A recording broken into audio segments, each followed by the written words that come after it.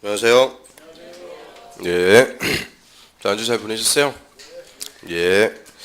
자, 오늘 엄청 춥습니다. 엄청 날씨 추운데 따뜻하게 입고 다니시고요. 강의실은 춥지 않죠? 또 너무 더운 거 아닌가. 하여튼 또 너무 더우니까 또 졸고 그러면 안 되고요. 자, 오늘은 이제 공법 5주차 수업입니다.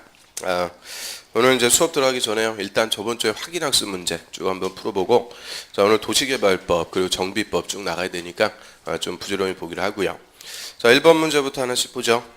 도시군 계획 사업으로 공유수면 매립할 때는 특광시장 군수에 허가받아야 된다.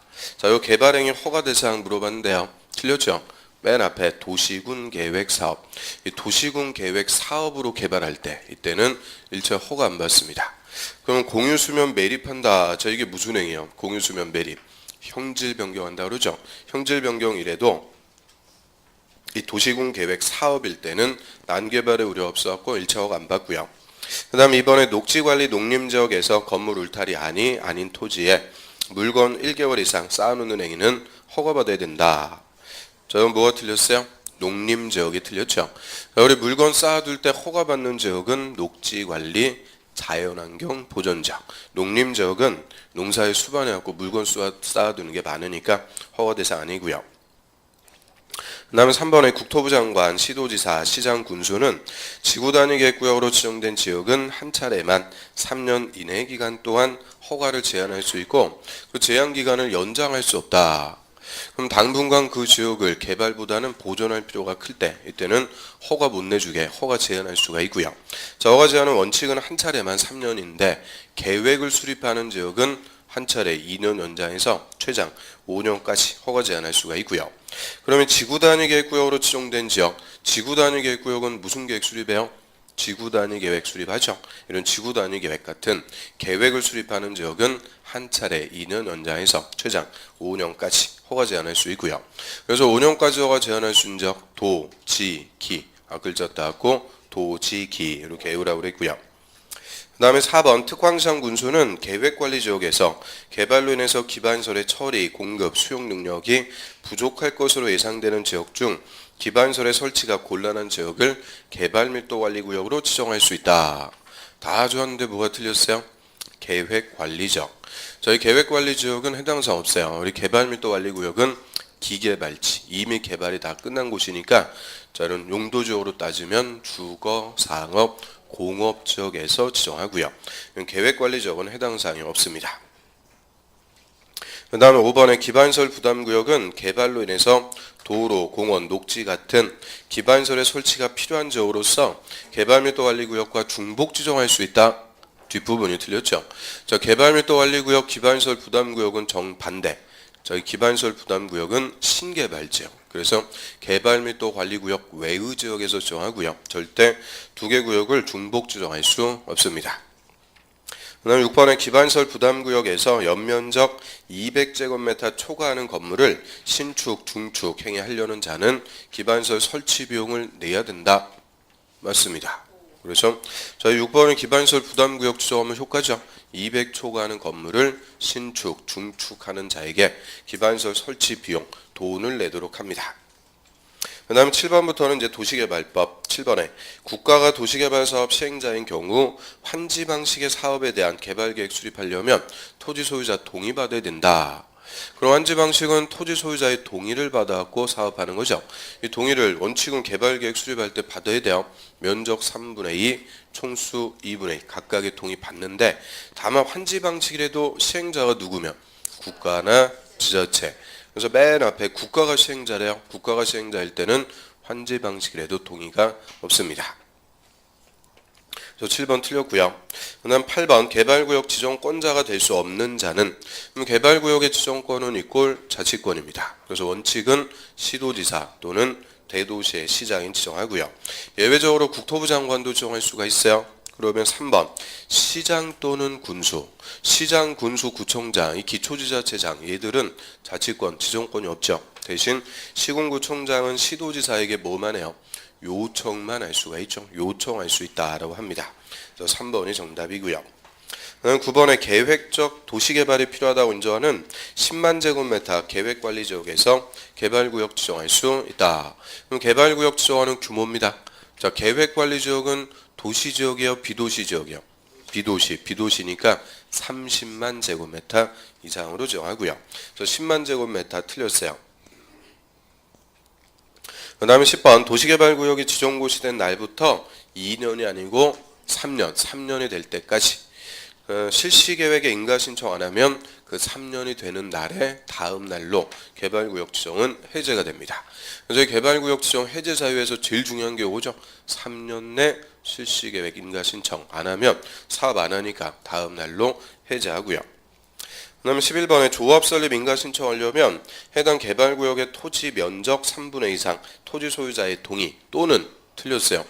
면적 3분의 이상과 총수 2분의 이상 소유자 동의를 각각 얻어야 됩니다. 그래서 항상 분수와 분수의 연결은 AND 또는으로 들어가는 거 일체 없어요.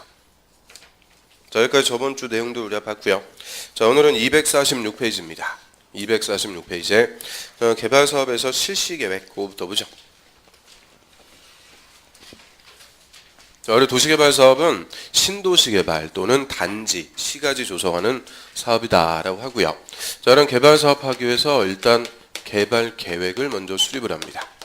자, 개발계획은 이하에 나올 개발사업 전반의 지침, 즉 모든 개발사업은 이 개발계획에 따라서 하는 거고요. 그래서 이 개발계획부터 먼저 수립해서 자, 개발계획에 따라서 개발구역을 지정합니다. 그럼 이 개발계획 수립해서 개발구역 지정하는 자, 고자들을 지정권자라고 하고요. 자, 도시개발법은 지정권자가 주인공이에요. 그래서 지정권자가 가장 중요한 사람이 되고요. 그러면 개발구역 지정하면서 지정권자가 누가 사업할지 시행자도 다 지정합니다. 그래서 도시개발사업은 원칙적으로 누가 한다 그런 거 없어요. 그냥 지정권자 지정하면 고자가 시행합니다. 그런데 여기에 대한 특례가 하나가 있죠. 전부 환지 방식일 때는 누구한테 우선권자요? 토지 소유자 또는 조합, 토지 소유자나 조합에게 우선권 주고요. 그래서 전부 환지 방식으로 개발 사업하기 위해서 토지 소유자가 만드는 단체를 조합이다라고 해서 저번 주에는 조합, 요 시행자까지 딱 봤죠. 그러면 시행자가 이제 사업을 실시하기 위해서, 즉 사업을 하기 위해서 계획을 또 작성을 해요. 실시계획. 자, 요거부터 작성해갖고 인가받습니다. 그럼 실시계획의 의미는 이제 공사계획이다라고 하고요. 시행자의 공사를 하기 위해서 실시계획부터 작성해갖고 인가. 떨어지면은 이제 공사, 사업을 시행할 수가 있게 되죠.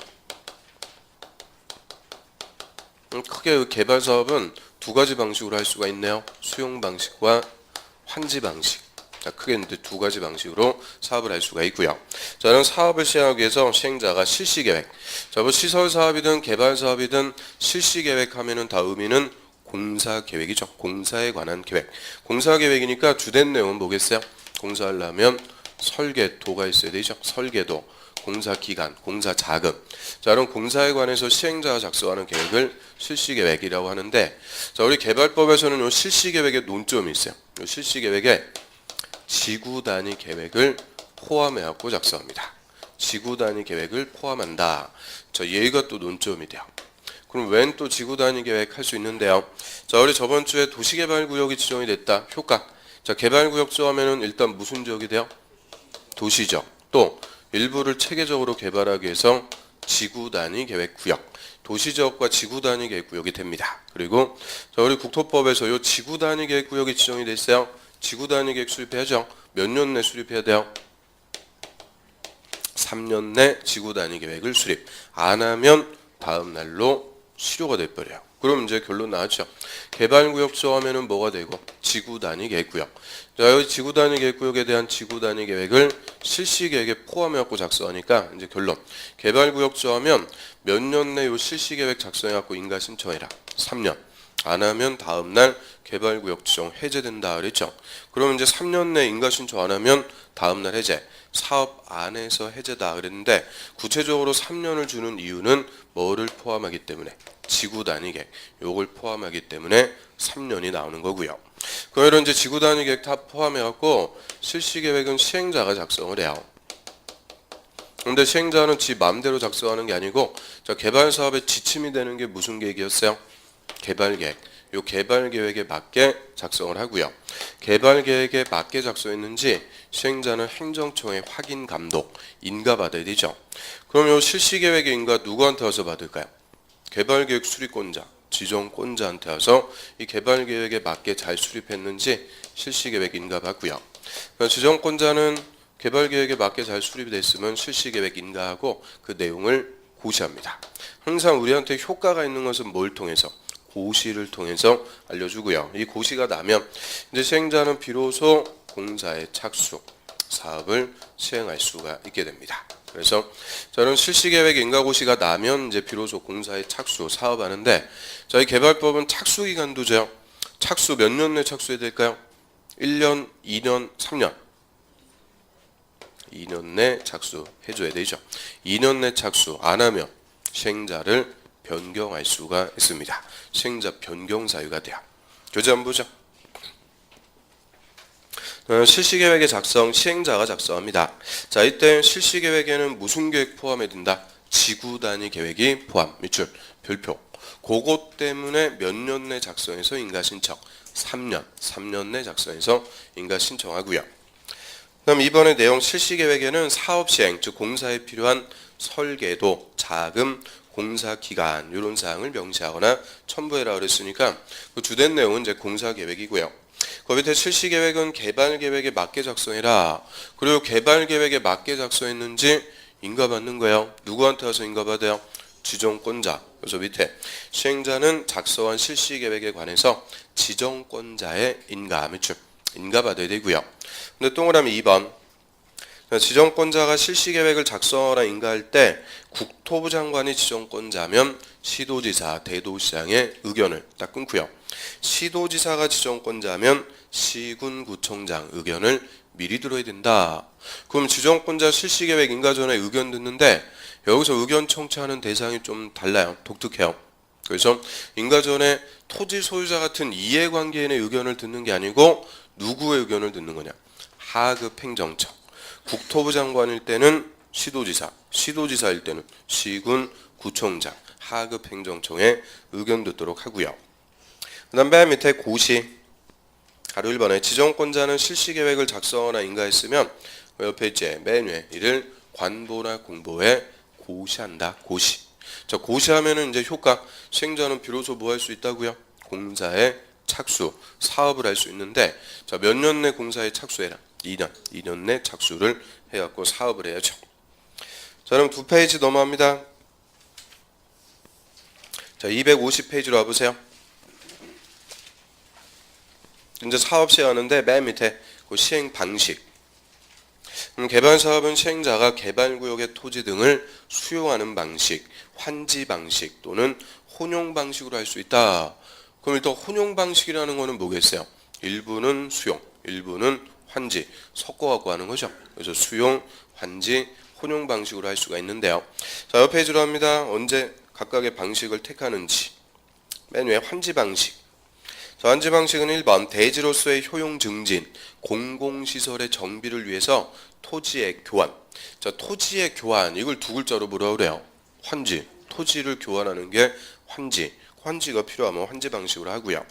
그 다음 2번 개발사업 시행하는 지역의 지가가 인근 지역에 비해서 현저히 높아. 쫙밑줄 지가가 인근 지역에 비해서 현저히 높다. 즉 땅값이 너무 비싸가지고 수용 방식으로 시행하는 것이 어려울 때 이때는 수용이 안 되니까 토지 소유자 동의받아 갖고 하는 환지 방식으로 하고요. 그런데 수용 방식은 하나죠. 계획적, 체계적, 도시개발 등 집단적인 조성 공급이 필요할 때 그 집단적인 조성 공급 밑줄. 그럼 집단적으로 조성 공급하는데 핵심 단어가 빠졌어요. 뭐를 집단적으로 조성해서 공급해요? 택지. 집단적인 택지에 조성 공급이 필요할 때 이때는 강제적인 수용 방식으로 합니다. 그 다음에 혼용 방식은 일부는 환지, 일부는 수용 방식 섞어가지고 하는 거고요. 자, 혼용 방식일 때는 1번 각 방식이 적용되는 구역으로 분할해서 혼용 방식으로 할 수도 있고요.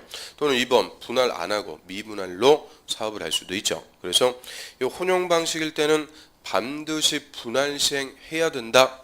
그럼 틀려요. 분할할 수도 있고 분할 안 하고 할 수도 있어요. 그래서 항상 분할 시행은 임의적이다라고 하는데요.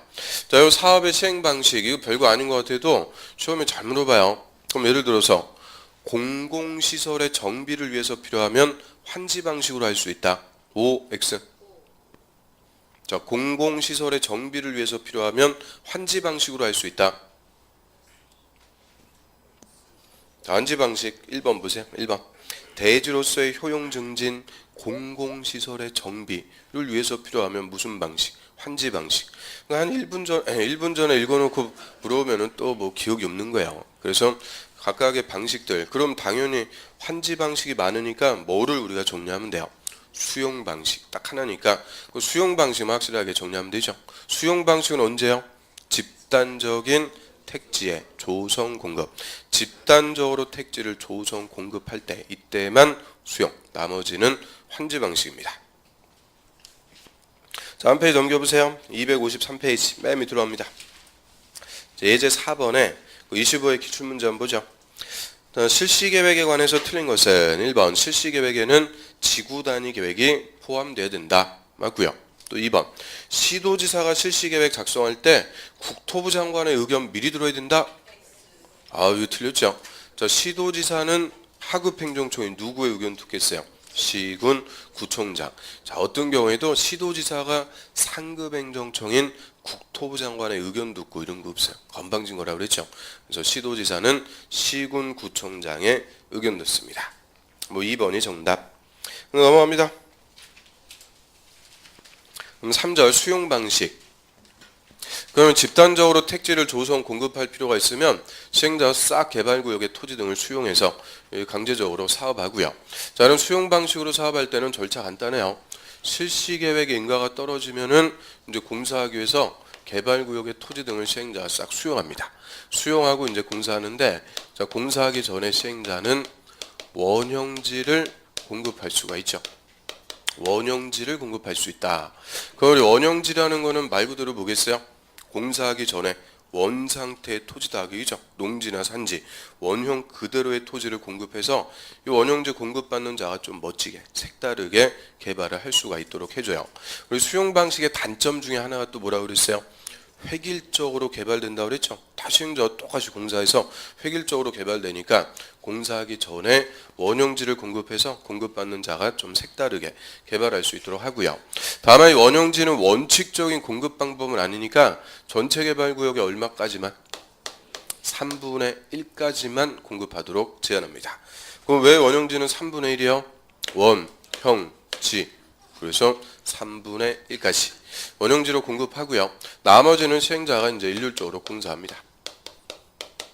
그럼 우리 개발 사업에서는 무슨 공사하는 거예요? 개발 사업. 농지나 산지를 택지로 개발하기 위해서 산 깎아내죠. 대규모로 산 깎아내요. 그거 절토한다 그러죠. 논밭 메꾸고 성토, 정지 이런 형질 변경 그리고 구획 정리 대규모로 공사해가지고 몇 년씩 걸려요. 공사가 다 끝났습니다. 그럼 저 실시계획 인가받은 대로 공사를 잘했는지 시행자는 지정권자한테 준공 검사를 받고요. 지정권자 검사한 결과 제대로 공사가 잘 끝났으면은 공사 끝, 공사 완료 공고.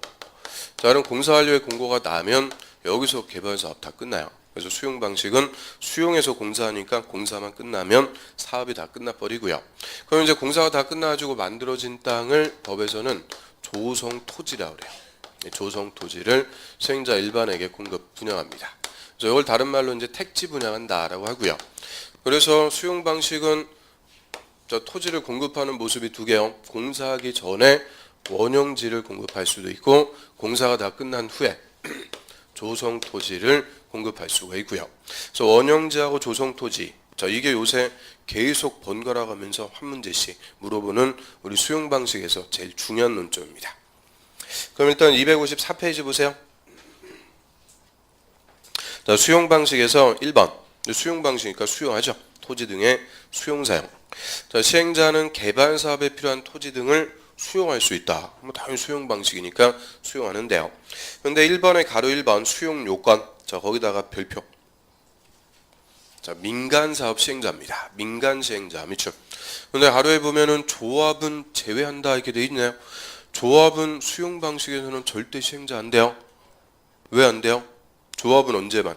전부 환지 방식, 전부 환지 방식일 때만 조합은 시행자 되고요. 그럼 수용 방식은 싹 수용해서 원 토지 소유자 다 내쫓아 버리고 사업하는데 토지 소유자가 조합 만들고 그럴 필요가 있다 없다? 없다. 그래서 수용 방식은 조합이 절대 안 돼. 하여튼 조자만 나오면 다 틀린다 이렇게 생각하면 되고요.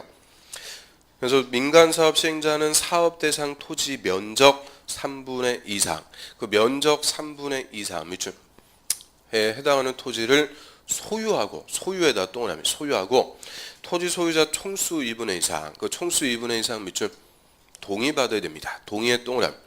그러면 수용 방식이니까 수용을 하는데, 첫 번째, 민간 사업 시행자일 때는 요건을 갖춰갖고 수용하라는 거예요. 그래서 민간 시행자의 수용 요건, 토지 면적 3분의 2 이상 소유해야 됩니다. 소유.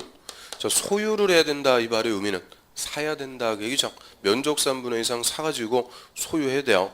그 다음에 토지 소유자 총수 2분의 1 이상의 동의받아라. 그래서 이 요건을 갖춰갖고 민간은 수용할 수 있는데, 분수 면적 3분의 2 총수 2분의 1. 이 분수는 개발법에서 지금 세 번째 나온 거예요. 이 분수 우리 어디서 봤어요? 오늘 문제 풀 때도 다 봤는데, 개발계획 수립하는데 환지 방식이면은 면적 3분의 2, 총수 2분의 1 각각의 동의 받아야죠. 또 조합 설립 인가 신청할 때도 면적 3분의 2, 총수 2분의 1 각각의 동의. 그런데 여기서는 논점이 뭐야? 동의가 아니고 면적 3분의 2 이상 뭐해라? 소유. 동의받는 게 아니죠. 소유 사야 돼요.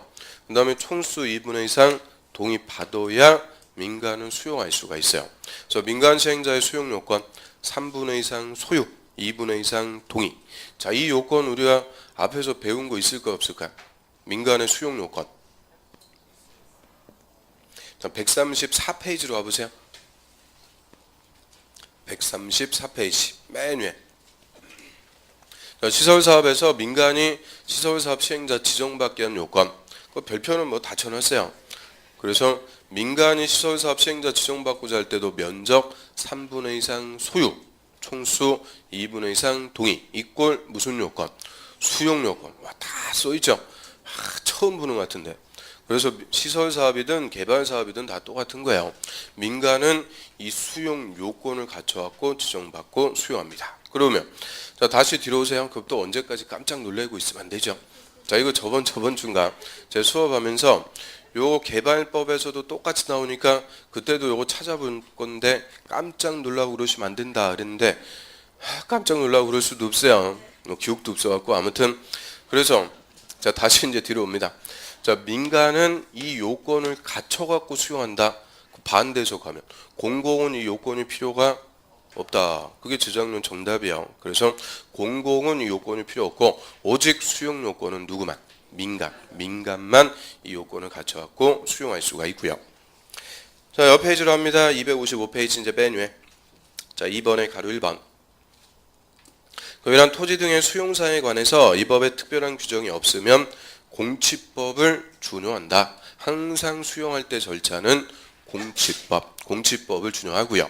그리고 공치법에서 수용하는 절차, 시설사업 할 때도 말씀드렸는데요. 일단 수용을 하려면은 수용을 할 수 있는 공익사업으로 인정을 받는 거예요. 사업 인정부터 받고요. 그 다음에 토지수용위원회 재결 신청해서 보상금 정해달라고 신청해요. 이 재결 신청은 신속하게 수용하기 위해서 몇 년 내 하는 거냐? 1년. 1년 내 재결 신청하면은 이 토지수용위원회가 보상금 얼마 딱 정해줍니다. 그 보상금을 사전에 현금 보상하고 수용합니다. 여기 원칙적인 공시법의 수용 절차인데 그 가로 2번하고 가로 3번 두 개 묶어가지고 특례 씁니다. 저희 개발법에서 특례를 줘서 수행자가 더 쉽게 수용을 할 수 있도록 해줘요. 그래서 가로 2번 사업인정고시 의제, 사업인정고시 의제가 된다 그죠? 받은 걸로 다 보는데 그럼 수용 대상이 되는 토지의 세부 목록을 고시. 거기서 세부 목록은 세목이라고 그래요. 이 세부 사항이죠. 토지의 위치, 지번, 면적, 소유자 뭐 이런 토지의 세부 목록, 세부적인 목록을 고시. 그다음 밑줄. 토지의 세목을 고시. 별표. 세목 고시한 경우에는 공치법에 따른 사업인정고시가 있었던 걸로 본다. 그럼 원래 수용하려면 공시법에서 뭐 받으라고 그랬어요? 사업인정고시 받으라 그랬는데 좀 개발법에서 뭐만 있으면 세목고시라는 게 있으면 사업인정고시도 다 있는 걸로 봐서 바로 시행자는 수용할 수 있도록 해준다 그 얘기죠. 그래서 이 개발사업 시행자는 수용하기 위해서 별도로 사업인정을 받을 필요가 있어요 없어요? 없다는 거예요. 뭐만 있으면 된다. 세목고시가 있으면 사업인정고시도 다 있는 걸로 봅니다. 그 다음에 가로 3번 재결 신청은 공치법에 불구하고 원래 공치법에서는 재결 신청 몇 년 내라고 그랬어요? 1년. 근데 이 규정에 불구하고 개발계획에서 정한 사업시행기간 종료일까지 사업시행기간 종료일까지 해야 된다. 그 말은 끝날 때까지 재결 신청해서 수용할 수 있다 그 얘기죠. 개발사업이 1년 하고 끝나는 거 아니니까 항상 끝날 때까지로 연장을 해줘요. 그래서 이 재결 신청 기간 연장 특례는 다 똑같아요. 그런데 그 위에 사업인정고시 의제되는 특례는 사업마다 다 다릅니다. 그래서 항상 그게 논점인데 지금 개발사업에서는 뭐가 있으면 의제된다고요? 세목고시. 그래서 개발사업은 개자하고 세목고시 할 때 세자 딱 따가지고 개세. 그게 욕하는 게 아니고요. 아무튼 개발사업은 무슨 고시라고요? 세목고시. 개세. 딱 그렇게 정리하면 되고요. 자 그럼 혹시나 해서 여쭤보는데요. 시설사업에서는 사업인정고시 의제되는 게 언제였을까? 시설사업. 혹시나 해서 여쭤봤어요. 그러니까 시설사업은 요 실시계획의 고시입니다. 저 시설사업은 실시계획의 고시. 개발사업은 실시계획의 고시가 아니고 세목고시. 이 사업마다 다 다르니까 아무튼 나올 때마다 계속적으로 정리를 해둬야 돼요. 그 다음 밑으로 합니다. 2번에 토지상한 채권. 자, 얘는 별표. 토지상한 채권에다가는 사후 현물보상 씁니다. 사후 현물보상 조건부 채권이라고 하고요. 그럼 원래 수용할 때 보상금은 뭘로 주는 거예요? 사전에 현금 보상이라고 그랬죠. 그런데 토지 소유자 원하면 나중에 개발사업으로 조성되는 땅은 현금이 아니고 현물. 그래서 땅으로 보상해 주겠다 해서 발행하는 채권을 토지상환 채권이라고 하고요. 그 상환이라는 말이 뭐예요? 상환. 갚는다 그죠?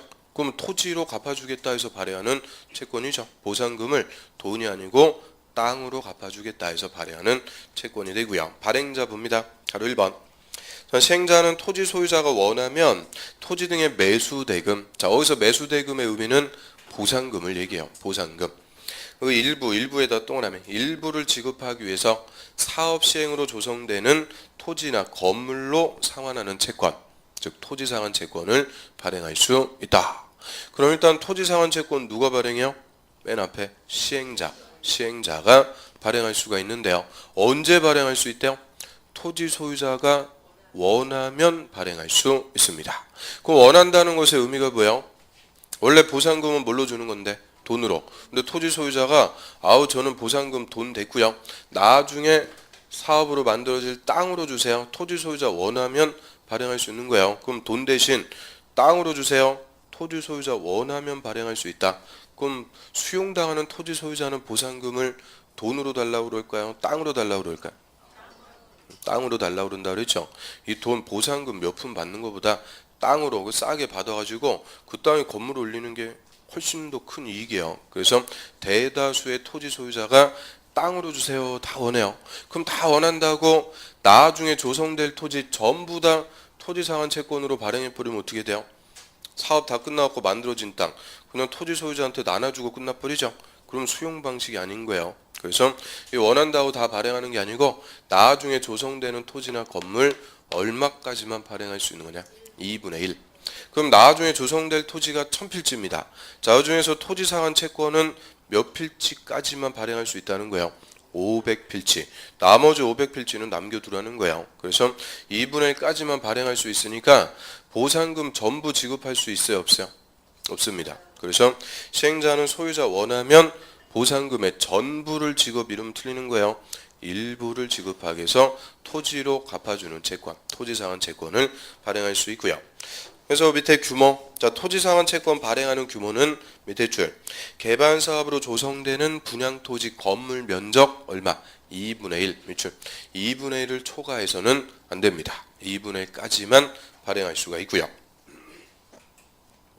바로 3번의 보증, 민간사업 시행자 밑줄 민간 시행자는 금융기관, 즉 은행 등으로부터 지급 보증을 받은 때만 발행할 수 있다. 이유는 뭐겠어요? 민간은 회사나 법인들 얘기하죠. 얘들은 언제든지 부도나 파산이 될 수가 있어요. 그럼 파산돼 버리면 부도나 버리면은 토지상환 채권 휴지 조각밖에 안 되죠. 믿을 수가 없으니까 부도가 나도 은행이 대신 지급해 주겠다. 뭐까지 받아야 되냐? 보증까지 받아야 되고요.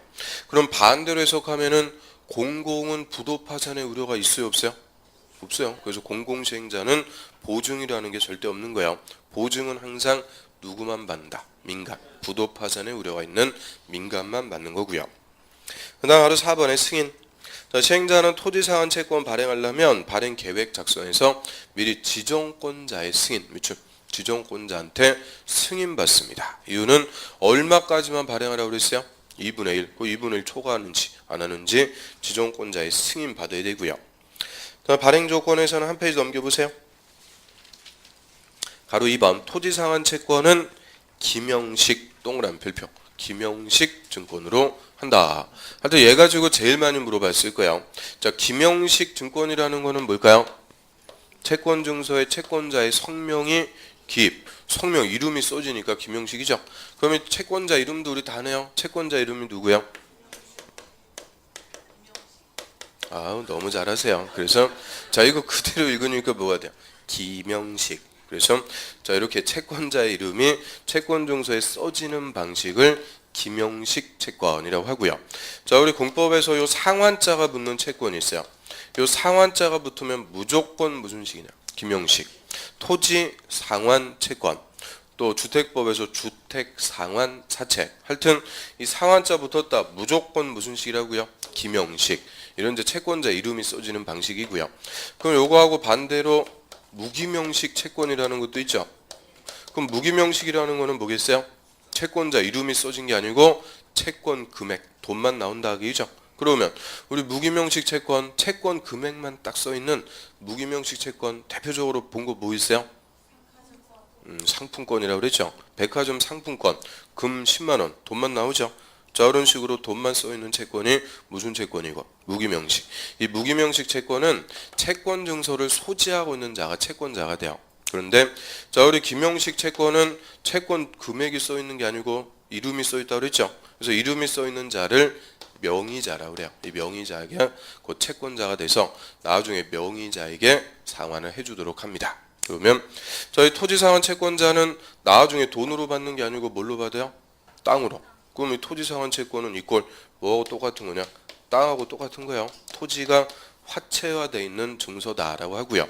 그럼 땅으로 받을 수 있는 채권인데 자 우리 개발구역에서는 땅 사고 팔 수 있어요? 없어요? 개발구역에서는 토지 사고 팔 수 있다? 없다?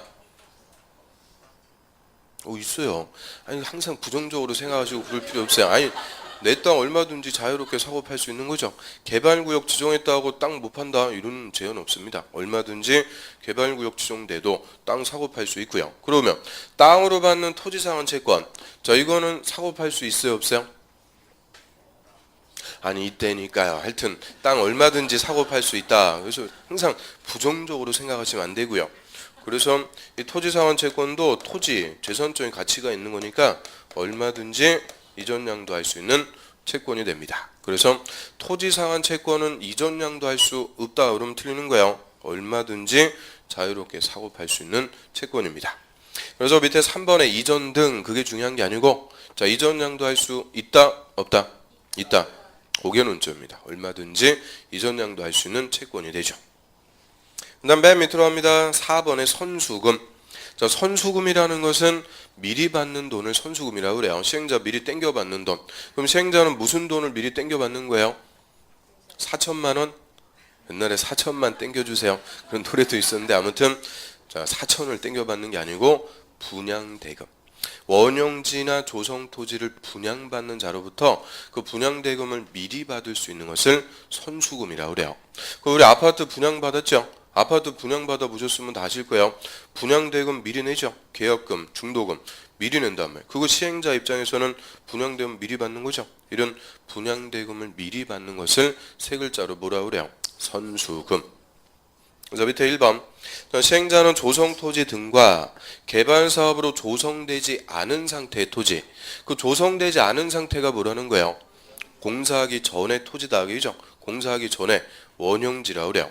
그래서 조성토지나 원용지를 공급, 여기서 공급의 의미는 분양입니다. 분양받거나 이용하려는 자로부터 그 대금의 전부나 일부를 미리 받을 수 있다. 그럼 무슨 대금을 미리 받을 수 있다고요? 분양대금, 분양대금을 미리 받을 수 있도록 해주는 것을 선수금이라고 하고요. 자, 이런 선수금 받으려면 요건 갖춰야 돼요. 밑에 가로 1번. 자, 시행자는 선수금 받으려면 다음 구문에 따른 요건을 갖춰갖고 역시 지정권자의 승인, 그렇죠? 승인 받아야 됩니다. 그래서 요건에 맞게 받는지 지정권자한테 와서 승인 받고요. 자, 옆에 해주려 합니다. 요건 먼저 공공사업 시행자. 자, 공공사업 시행자는 개발계획 수립 고시한 후, 그렇죠? 개발계획 수립 후에 면적 100분의 10, 즉 10% 이상의 소유권만 확보되면 바로 선수금 받을 수가 있도록 해요.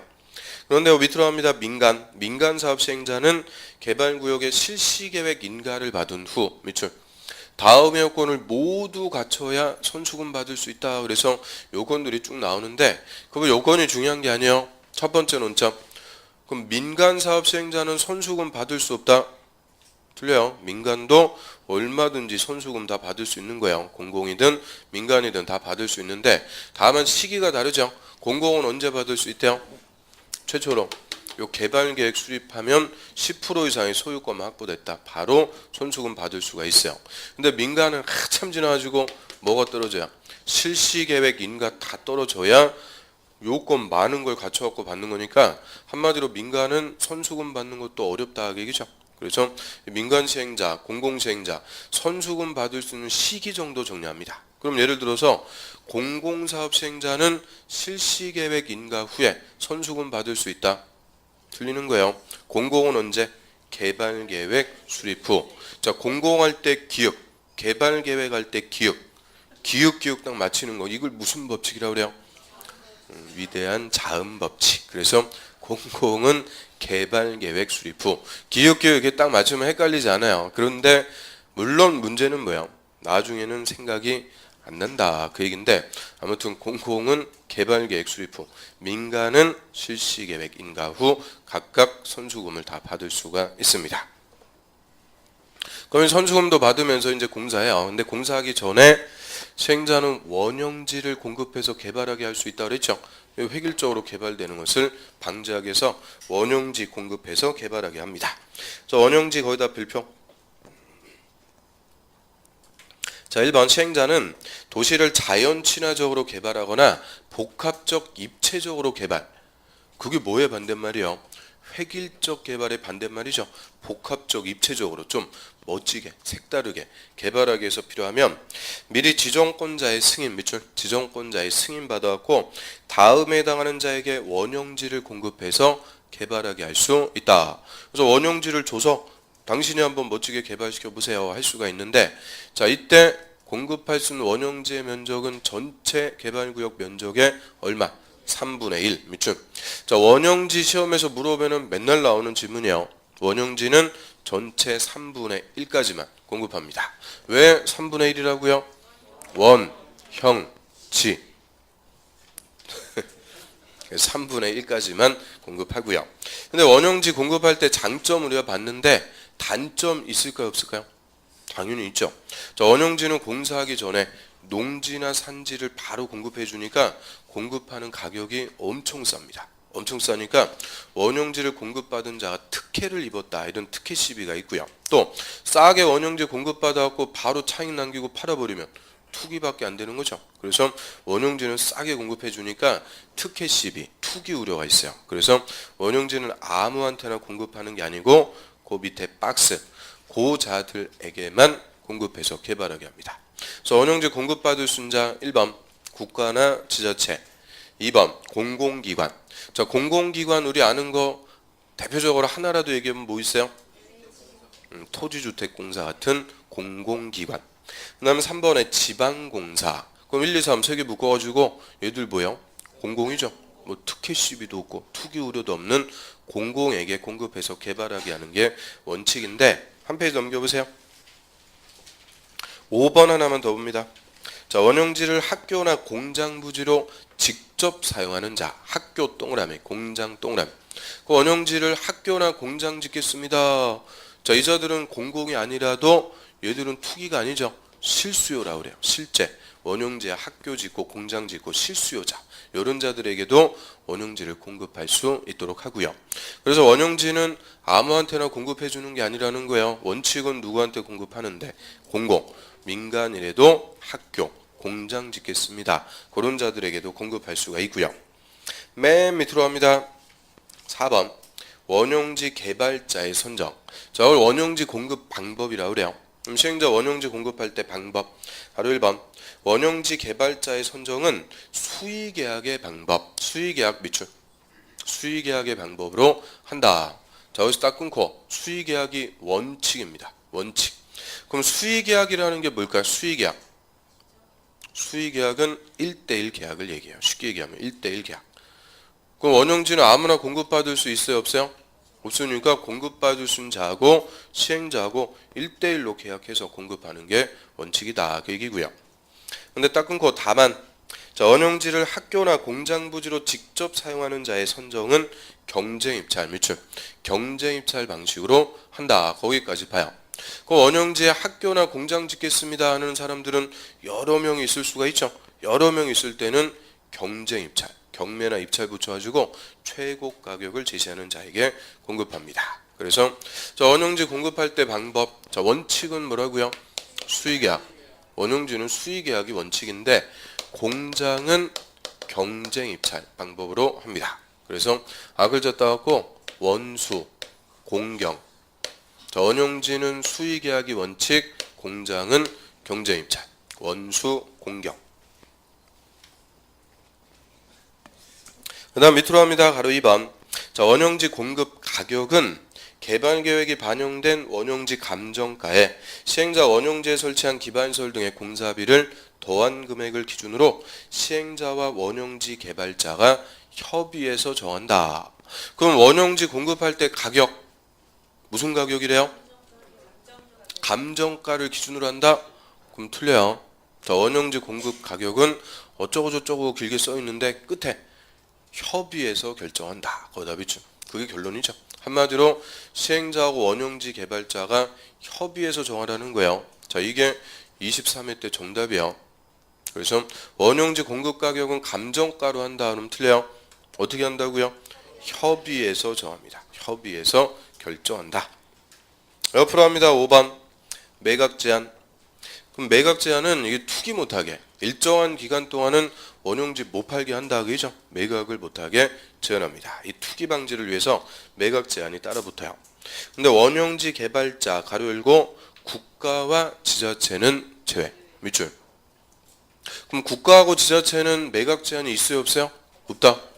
국가나 지자체가 투기하고 그런 거 아니니까 국가하고 지자체는 절대 매각 제한이 없습니다. 자, 요거는 25회 때 정답이에요. 그래서 절대 국가와 지자체는 매각 제한 없다. 그럼 원용지 개발자는 최장 10년의 범위에서 대통령령이 정하는 기간 동안은 원용지 매각할 수 없는 것이 원칙입니다. 그럼 최장 10년의 범위에서 대통령령이 정하는 기간 그 박스 봅니다. 자, 2번 먼저 봐요. 그 원용지 공급받기 위해서 제일 먼저 뭐부터 해요? 계약부터 하죠. 계약한 날부터 몇 년? 10년. 10년 동그라미. 그래서 최장 몇 년이냐? 10년이야. 10년간 못 판다. 그 얘기인데 위에 1번. 자, 원용지 공급받아갖고 공사가 빨리 끝났습니다. 그럼 그 공사 완료 공고일부터는 몇 년? 5년. 5년 동그라미. 그래서 그 10년하고 5년 둘 중에서 먼저 끝나는 기간입니다. 먼저 끝나는 기간 안에는 원용지 매각할 수 없다. 그럼 다시 한번 봐요. 자, 원용지 공급 계약한 날부터 몇 년이라고요? 10년. 근데 원용지 공급받아서 공사가 빨리 끝났다. 공사 완료 공고일부터는 몇 년? 5년. 그 두 개를 또 헷갈리면 안 돼요. 그래서 그 기간 중에서 먼저 끝나는 기간 안에는 원용지 못 팔도록 하고요. 자, 원용지는 뭐 이 정도 합니다. 한 페이지 넘겨보세요. 그러면 이제 3분의 1까지 시행자 원형지 공급해서 개발시키게 할 수가 있고요. 개발하게 할 수 있고, 나머지는 시행자가 싹 이제 공사, 택지 개발하는 공사에서 다 끝나면 지정권자한테 준공검사 받고 공사료 공고, 다음에는 사업이 끝. 그럼 이제 마지막으로 시행자는 조성 토지를 공급, 택지를 분양합니다. 그래서 이 조성된 토지를 공급, 자, 6번 거기다 별표. 저 타이틀에 보시면은 22, 24, 26 계속 나오죠. 그럼 그 중간에 23, 25는 뭐로 바뀌었어요? 원형지. 그래서 조성토지, 원형지, 조성토지, 원형지 아주 6년간 계속이요. 번갈아 가면서 하나씩 계속 물어보고 있는 요새 가장 중요한 논점이죠. 그럼 조성토지는 공급 계획 1번. 시행자는 조성토지 공급하고자 할 때는 공급 계획을 작성해서 지정권자한테 뭐예요? 제출. 자, 지정권자한테 이렇게 분양하겠습니다. 공급 계획을 제출만 해요. 자, 이게 원형지하고 또 완전 달라요. 좀 전에 원형지는 3분의 1까지만 공급하는지 지정권자한테 뭐 받았어요? 승인. 그래서 원형지는 승인 받아 공급하는데 조성토지는 그냥 공급 계획을 뭐만 한다? 제출. 절대 지정권자한테 승인 받는 거 아니에요. 이건 사업이 다 끝난 다음에 택지 분양하는 거니까 계획을 제출만 하고요. 그 다음에 이번에 공급 기준. 시행자는 조성토지 등을 실시계획 매출, 실시계획에 따라서 공급한다. 그럼 조성토지는 공사가 다 끝나갖고 만들어진 땅이니까 공사계획이 무슨 계획이었어요? 실시계획. 실시계획대로 공사가 끝난 토지를 공급합니다. 그래서 꼭 개발계획에 따라 공급한다 이러면 틀려요. 개발계획이 아니고 실시계획에 따라서 공급하고요. 그럼 공급할 때 방법, 원칙, 조성토지의 공급은 경쟁입찰, 매출, 경쟁입찰 방법에 따른다. 즉 경매나 입찰 붙여가지고 최고 가격을 제시하는 자에게 공급해준다 그 얘기죠. 경쟁입찰이 원칙. 그 말은 자, 조성토지는 아무나 공급받을 수 있어요 없어요? 아무나 분양받을 수 있다 없다? 있다. 땅 분양받는데 자격요건이 있고 그런 거 아니에요. 그래서 아무나 분양받을 수 있는 거니까 그 아무나 중에서 뭐 붙여갖고 경쟁 입찰 붙여갖고 최고 가격을 제시하는 자에게 공급하는 것이 원칙. 그런데 예외가 두 개가 있어요. 가로 2번, 가로 3번 두 개 묶어갖고 예외 씁니다. 먼저 추첨으로 분양할 수 있다. 추첨은 제비뽑기죠. 제비뽑기에서 분양할 수도 있는데요. 주택법에 따른 국민주택 규모, 국민주택 규모 하면은 85제곱미터 이하를 얘기합니다. 이 국민주택 규모 이하의 주택 건설 용지, 거기에 동그라미 1, 조그맣게 번호 딱 매기고요. 그 다음 주택법에 따른 공공택지 동그라미 2, 그리고 국토부령이 정하는 면적이 330제곱미터요. 330제곱미터 이하 단독주택 용지 동그라미 3, 그리고 공장용지 동그라미 4. 자, 이 네 개는 추첨으로 분양할 수 있습니다. 추첨으로 할 수가 있고요. 또 바로 3번. 자, 다음에는 수의계약, 1대1 계약으로 공급할 수도 있다. 그래서 수의계약으로 공급할 수도 있는데요. 자, 박스 1번. 학교나 공공청사 용지 등 일반 분양할 수 없는 공공용지. 그 짬이죠. 일반 분양할 수 없는 공공용지를 국가나 지자체 등에게 공급할 때, 그럼 밑줄 공고에서 다 나오네요. 일반 분양할 수 없다 이 말은 아무나 분양받을 수 있다 없다? 없다. 그러니까 분양받을 수 있는 국가나 지자체하고 시행자가 1대1 계약으로 공급하고요. 또 하나만 더 봐요. 그 옆에 이제 4번 하나 더 봅니다. 토지상환 채권자에게 토지를 상환할 때 그 토지상환 채권 밑줄. 그럼 채권자한테 토지 상환해 주는 것도 논리가 어떻게 돼요? 채권자, 시행자 1대1로 상환해 주니까 수의계약인 거죠. 그래서 그 이외에도 수의계약은 총 9가지가 있어요. 그래서 24회인가 수용 방식으로 조성된 토지를 수의계약으로 공급할 수 있는 경우가 아닌 것은 그 수의계약에서 4개 주고요. 뭐 하나 껴줄 수밖에 없어요.